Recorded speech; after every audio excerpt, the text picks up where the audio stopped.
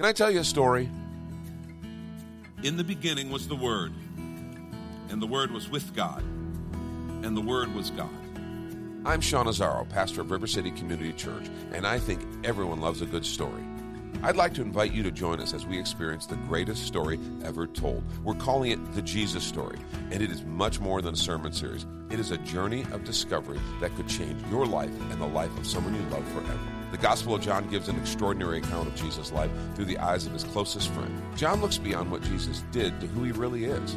If you've ever been curious about Jesus or wanted to know him more, come and experience the Jesus Story. River City Community Church is located 1.5 miles outside of Loop 1604 on Lookout Road, across from Rotama Park. Service times are Sunday at 9 and 11 a.m. and Monday nights at 6:30 p.m.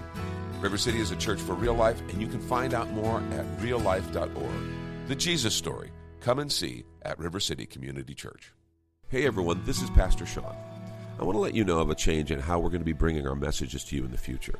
December 31st will be our last day broadcasting with our partners here on Salem Media. This has been a wonderful season, and we've truly enjoyed our relationship. We're very thankful for all their work on our behalf. Moving forward, you can still find all of our messages, as well as the Reaching for Real Life podcast at reallife.org, the home of River City Community Church, or by following me on Instagram or Facebook at Sean Azzaro. We have some exciting plans to grow and expand Reaching for Real Life this coming year, and you can find it all there. I just want to thank you for listening and for supporting this program all these years.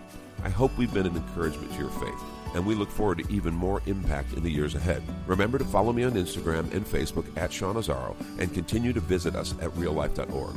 I look forward to seeing you on the road to real life. Hi, this is Baron Wiley with Reaching for Real Life, wishing you a happy holiday season. We today present to you a special conversation we aired last summer.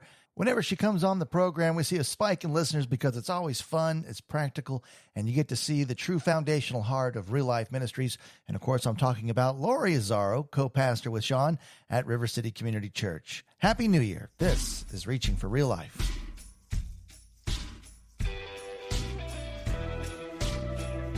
This is Sean Azzaro, and you are listening to Reaching for Real Life.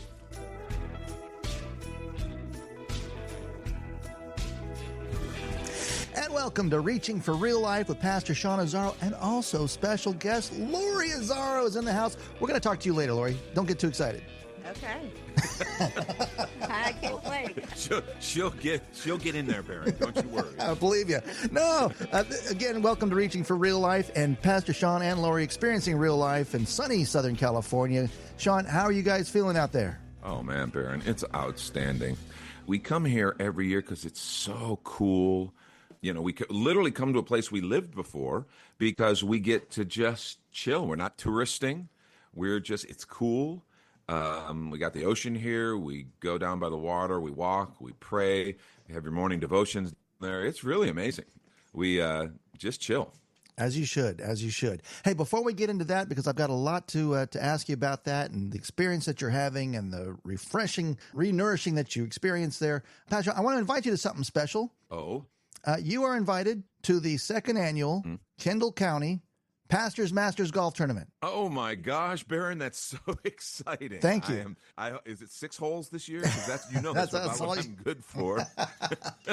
Now, actually, it's going to be August 4th at the Tapatio Springs. I got a guy named Ray Jones coming in to speak there, kind of encourage pastors. Oh, nice. But it's so important that pastors do get their batteries recharged. It's so important that iron sharpens iron when you can get a bunch of pastors in one room. And in our case, it's going to be drivers sharpens drivers in the context of golf for sure.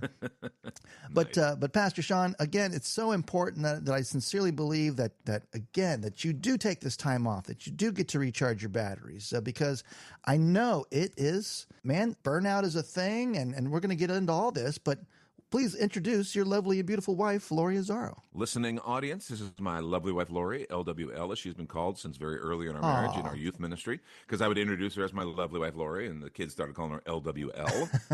But, Lauri she's really co-founder of the ministry with me and the other team members who were there. She hosted our church gatherings in our home.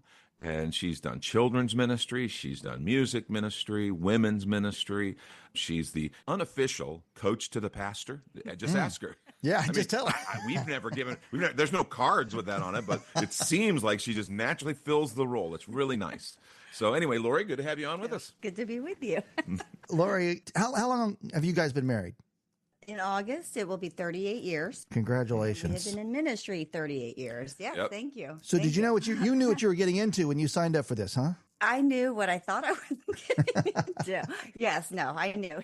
We were actually, he was on staff at a church in San Antonio, and I was volunteering, so we knew that that's what we were doing. Got married, and 2 weeks later moved out to California to be youth pastors. Is this exactly where you thought you'd be? Well, 38 years down the road, I would say yes, but man, there were a lot of ups and downs and questions in between. Oh, yeah.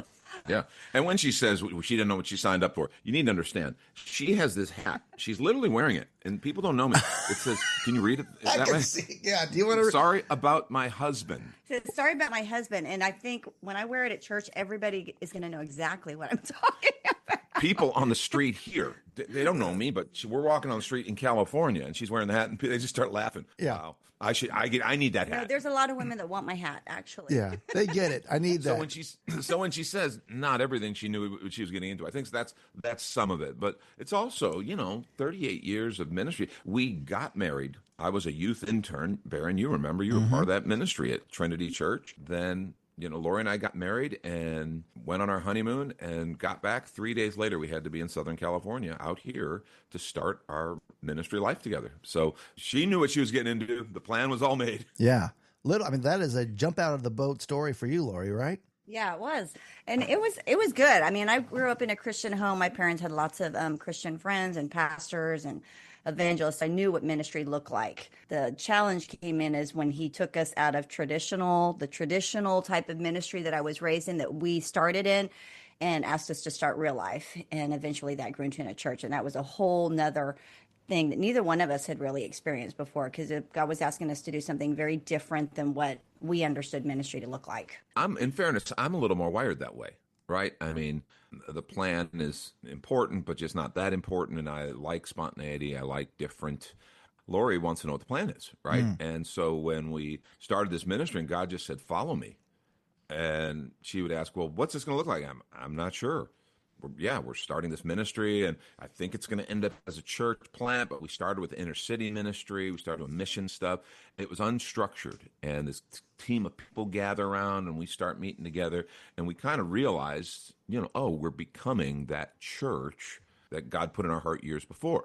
But for Lauri, one of the things I admired so much about her, and it's a testimony to her being a woman of faith, was following along in that. When there wasn't a blueprint, that made things different. Yeah, that made things difficult. I mean, felt like following, kind of the children of Israel, following the, cloud by day, pillar of fire by night. That's what it felt like in those early years, because God was working more in us than even through us at that time. Yeah, and he was really trying to teach us to trust him rather than try to do things the way we thought we were supposed to do it, or common sense would tell you to do it, or traditional ministry would tell you to do it. It was like, no, I'm going to show you something different.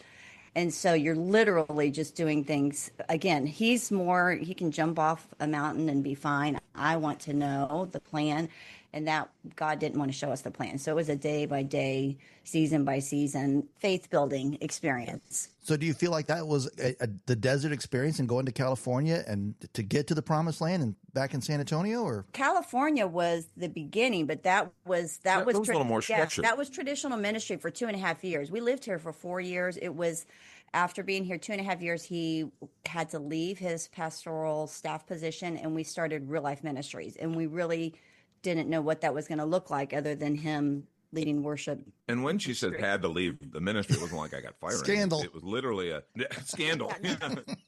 I had another family out in Ojai. No, that was not the case. No, it was the Lord was really doing something in us, and we had started a ministry, literally called it Real Life, with our youth at the local high school, and God was just working on our heart. And it was one of those things where we just knew, oh, okay, this was a beginning, but he wants to do something different. So we stepped out and just began Real Life Ministries, which wasn't really anything. I would lead worship places or teach at camps or whatever opportunities I would have, and the Lord was just kind of working a side job, and the Lord just leading us. You guys, I think, are special in the fact that you both are leaders in the church, where sometimes the role of the pastor's wife is just to be that support. Do it stereotypically, maybe they do, but you guys are partners in this ministry, and not only is the health of the ministry important, but the health of your family and your marriage at the same time. So how do you guys manage that when you're around each other so much? Well, it helps that we like being around each other. That's really helpful, Barry. That helps. Not essential, but helpful. I think it's good. As far as managing ministry and family, ministry is 24/7, 365. And so when we got married and we started a ministry, we both knew. I had a lot of friends that I went to Baylor for a while, and I had a lot of friends that came from ministry families, and the kids wanted nothing to do with ministry. And Sean had experienced some of that same thing. And so we went in going, yes, we're called to ministry, but our first ministry is to our family. And so from the very get-go, we were very committed to making sure that our first ministry was to our family. So we were very intentional about making time for our family, knowing that it wasn't just dad's ministry or dad and mom's ministry, it was our family ministry. And so from the very beginning, our kids were a part of everything that we did, and we made time just for us, so that it wasn't all ministry all the time. And that's something that Lauri really kept her eye on the ball, right? We both valued it. And we both had seen the difficulties for pastors' kids and for pastors' families, because ministry can be all-consuming. You can have good intentions and get imbalanced really quickly. So she was very much focused on, okay, here's some guardrails. Again, her love of the plan and of the structure. We're going to eat how many meals together every week, no matter what. And if we can't, then that's kind of a red flag, and we're going to stop and look, and we're going to make some changes. And I was completely supportive of that. But when I'm pastor, I'm leading worship, I'm doing stuff with elders, I'm doing missions and ministry stuff. I'm so many different places. She's that one saying, wait a minute, how are we doing here? And so that was just really, really helpful. If you just don't pay attention to it, the urgent things will scream at you. You get so busy and you get so wrapped up in what you're doing, and there's so many things pulling at you, that if you're not intentional, you can be overrun easily. You can completely miss it, and it doesn't happen all at once. Busyness is like that. It occupies you so that years go by, and before you know it, you're looking back over years and realize, oh, we've made a mess, and how do we undo that? One thing that I always worry about you, Pastor Sean, is taking that time off and getting that day, that rest, so you can get your batteries recharged. But for both of you, and Lauri, I'm going to just kind of ask you directly there, how do you, since you get to see how the sausage is made behind the scenes, how do you avoid burnout or resentment or maybe hurtful things that you might hear behind the scenes? Right. I haven't always dealt with it well. And my personality type tends to, when I get like that, I withdraw. But the Lord has always been faithful and shown me, okay, enough of this. You've got to deal with this and get past it. So for me, it's a lot of time just getting my heart right with the Lord, doing what I need to do as far as forgiving or stepping out courageously when there's fear there because of, you're wanting to preserve yourself from being hurt again. But I think times away, especially times like what we're doing now, because again, ministry takes a lot out of you. And I think if you don't take times to rest, the Lord tells us that we're supposed to rest daily, weekly, seasonally. If you don't do that, you can get so caught up in everything that before you know it, on the inside, you're just not in a very good place. And so taking that time to back up, get recalibrated, get quiet, get away from all the noise. And I know not everybody can do that, but even in your own home or in your own place, if you are very intentional about setting aside a time where it's just you and the Lord, so they can help you deal with some of this stuff, and then getting it over to Him and stepping out and going, okay, I'm going to Lord. He honors that. It's not just in ministry either, though. I think we live in a very, very fast world, and people have jobs and careers and kids and whatever they're involved in, volunteering. If you are not intentional about taking time to set aside, to rest, to be quiet, to be still, I think that you can find yourself in a very dangerous place. And Baron, you mentioned kind of some of the unhealth and hurt that can come from ministry. Whenever you have lots of people that you're responding to and that expect things from you and that you are giving some, even a cursory level of leadership to, it's like there's the possibility of hurt. And the key is to always deal with things in a biblical manner. The problem is we sometimes, even though we say, oh, we're pastors or whatever, a lot of pastors are not dealing with things in a healthy way. You know, if there's a problem with an elder or a deacon or someone in your church, go talk to them. Or if you're a business person, there's a problem with someone in your business, go talk to them. Be honest. Don't let stuff sit. And as a pastor's wife, the problem is if she were to let stuff sit, because we're relationally connected to so many people, and yet we're all in this ministry together, and I'm the pastor, and so it's just all kinds of opportunity for negative stuff to come to her.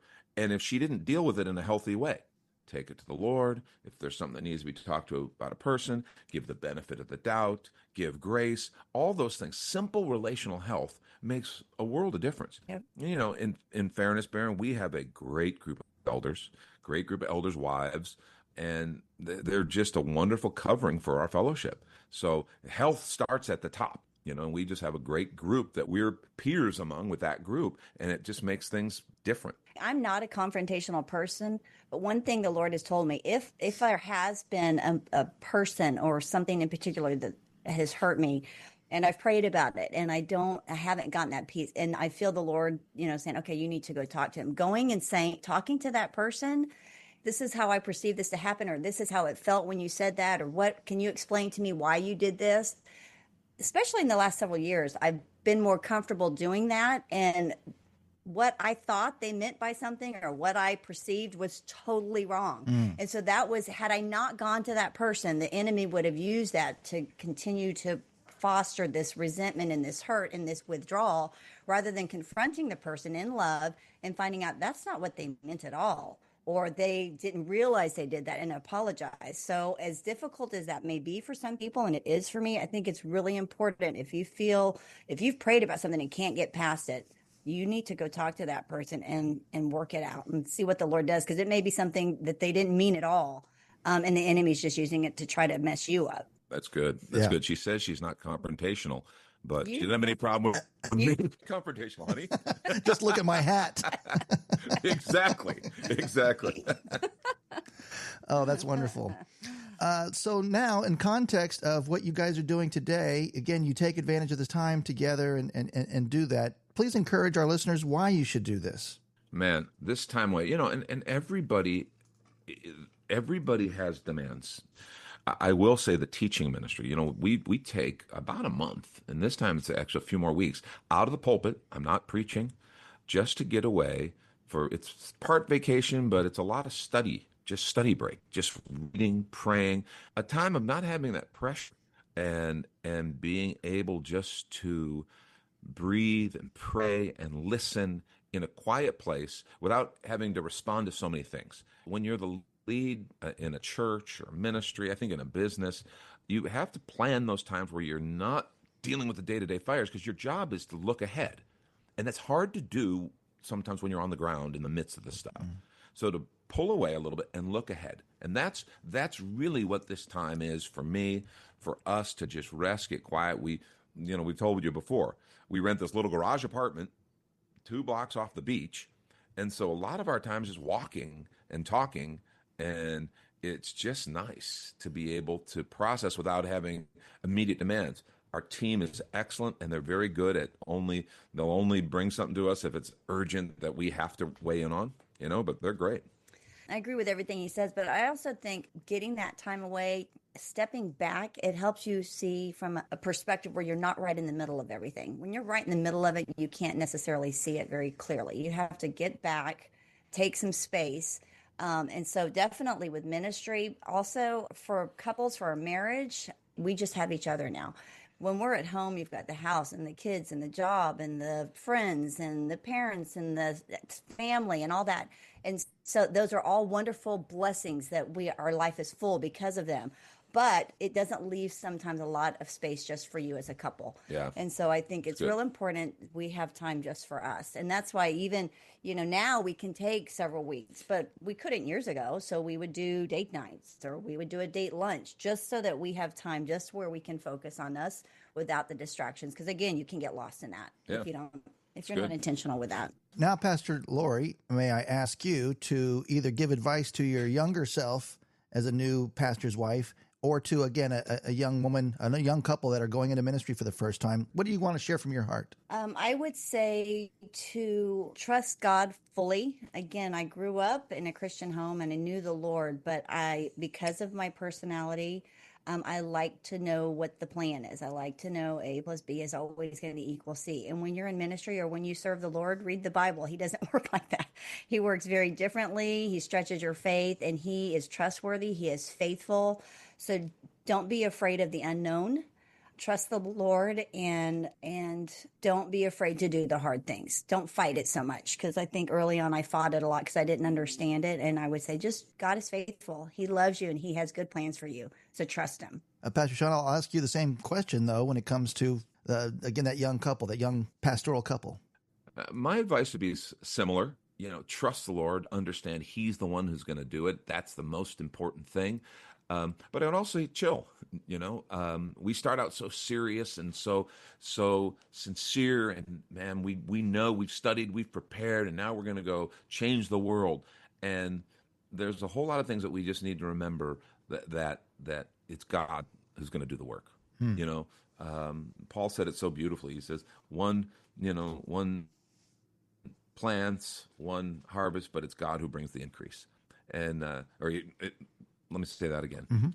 Paul said it so beautifully. One plants, one waters, but it's God who brings the increase. And just that humility of understanding that I don't know near as much as I think I know, and that's okay. Having the humility to go, I want to be faithful to the Word. I want to be faithful to the fellowship. I want to be most of all faithful to the Lord and my relationship with him, and then trust the Holy Spirit to do what he's going to do. It takes a whole lot of pressure off of you when you realize you're not God. He's God. And so that piece of advice, I wish someone could have told me that. And even if they would have, I would have probably said, yeah, but you don't understand. This really matters. I might not have been able even to contextualize it. I've seen God work through things that I did wrong, and yet he works. And not that I'm not trying to do things right. It's just I realize, okay, not near as much depends on me as I thought. My friends, I encourage you. Thank you for being an example of how a marriage should operate. Again, ministry should operate. Last question here.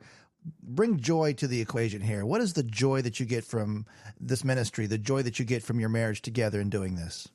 Oh, man. The joy is getting to see, in working with people, just transformation and the light bulb come on, and their understanding of who Jesus is and how much they love them become a reality, not just knowledge, but they experience it and they live it, and their life is different because of that. And working in ministry and with people allows us that privilege. And it's a humbling thing to think that God chose to use me, to use us for that. Yeah. And in marriage, it's just such a gift that we get to walk this call together, not just with us as a couple, but our family. God has just been so faithful, and we get to impact his kingdom together as a family. And because of that, we are blessed in our relationships with one another. Yeah. John? Seeing God work in people's lives, life change is such an amazing thing. I think of it probably summed up in one thing: baptisms. Watching people and their testimonies at their baptism, and watching a total turnaround. We'll often have a friend baptize, and sometimes those are the people I watch as much as the person being baptized, because they prayed for, they walked with this person. But seeing that person be transformed by the power of the gospel, and seeing families and lives change, that's the joy. And being able to do that as a couple, being able to do that, our kids are in ministry, our grandkids are now getting involved in ministry. It's just like, man, it doesn't get better than this. The Lord has been so good. Very cool. Pastor Sean, I got an idea for your next sermon series. You ready? Oh, yep. Thou shalt chill. Praise the Lord, Baron. That's so fantastic. Thou shalt chill. You know what? Baron, I'm filing that one. That actually might have legs. Well, cool. Hey, Pastor John, can you invite us to church even though you're not there? Yeah. I'd like you to go to the church I won't be at this weekend. River City meets on Lookout Road, just across from Atomic Park. Our services are at 9:30 and 11, and this is something we do every year when we're away. We're in a great series called Summer in the Psalms. We're team teaching it, so you get to hear from different ones on our team. It's a great time, and it's just been neat to hear what God's saying through the Psalms. So we'd love for you to be a part. You can find out more at reallife.org, and we're just grateful that you spent time to listen. Look forward to seeing you sometime at River City Community Church. Pastor Sean, Pastor Lauri, again, thank you for being an example to marriages and to pastors, ministry leaders all over, but thank you for being a blessing to me. Thanks, Barron. It was great talking with you. Thanks for inviting me to share today. Yeah, these times are always fun. Thanks, man. And thank you for listening to Reaching for Real Life. Can I tell you a story? In the beginning was the Word, and the Word was with God, and the Word was God. I'm Sean Azzaro, pastor of River City Community Church, and I think everyone loves a good story. I'd like to invite you to join us as we experience the greatest story ever told. We're calling it the Jesus story, and it is much more than a sermon series. It is a journey of discovery that could change your life and the life of someone you love forever. The Gospel of John gives an extraordinary account of Jesus' life through the eyes of his closest friend. John looks beyond what Jesus did to who he really is. If you've ever been curious about Jesus or wanted to know him more, come and experience the Jesus story. River City Community Church is located 1.5 miles outside of Loop 1604 on Lookout Road, across from Otama Park. Service times are Sunday at 9 and 11 a.m. and Monday nights at 6:30 p.m. River City is a church for real life, and you can find out more at reallife.org. The Jesus story. Come and see at River City Community Church.